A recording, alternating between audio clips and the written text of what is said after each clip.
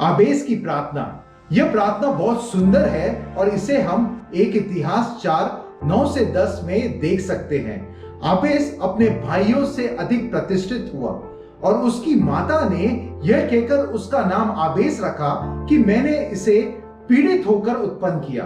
और आबेस ने इज़राइल के परमेश्वर को यह कहकर पुकारा कि भला होता कि तू मुझे सचमुच आशीष देता और मेरा देश बढ़ाता और तेरा हाथ मेरे साथ रहता और तू मुझे बुराई से ऐसा बचा रखता कि मैं उससे पीड़ित ना होता।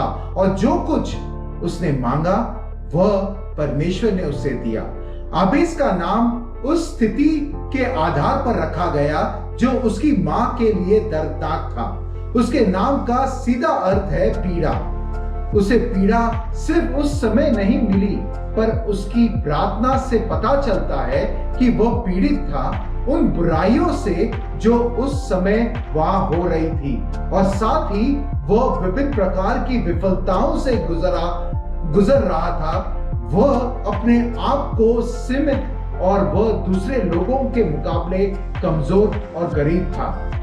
वचन 9 कहता है कि उसने इज़राइल के परमेश्वर से प्रार्थना की, जिसका सीधा अर्थ है वह परमेश्वर जो अपने लोगों को समृद्धि देता है, और वह परमेश्वर जो अपने लोगों की बुरी स्थिति को आशीर्वाद में बदल सकता है। उसकी प्रार्थना में कुछ खास चीजें दिखाई देती है, और वह है पहला, भला होता कि तू मुझे सचमुच आशीष देता। दूसरा, मेरे देश को बढ़ाता। तीसरा, तेरा हाथ मेरे साथ रहता। चौथा, मुझे बुराई से बचाकर रखता।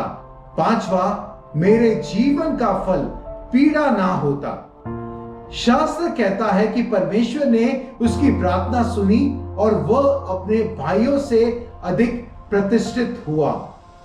आबेस की प्रार्थना हमें इन विषय पर प्रार्थना करना सिखाती है कि हमारे जीवन में परमेश्वर की प्रतिष्ठा बढ़ती जाए और हम परमेश्वर की महिमा के कार्य का उदाहरण हो, ताकि और लोग आपके विषय में यह गवाही दे सके।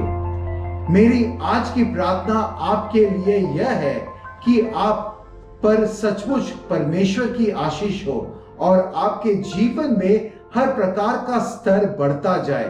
परमेश्वर की असीम कृपा का हाथ आप पर हो और परमेश्वर आपको हर बुराई से बचाए रखे। साथ ही आपके जीवन में परमेश्वर हर प्रकार से भलाई उत्पन्न करे। आमीन।